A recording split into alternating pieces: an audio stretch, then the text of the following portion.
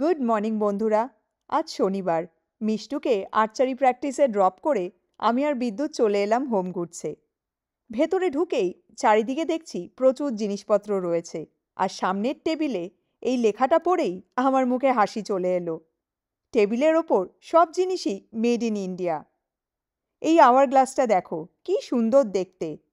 আর এই হার্ট শেপের শোপিসটাও বেশ ভালো লাগছে। প্রতিটা জিনিসই মেটালের আর গোল্ডেন কালার বলে দেখতেও খুব সুন্দর লাগছে। ভারী আছে। এত সুন্দর এটা।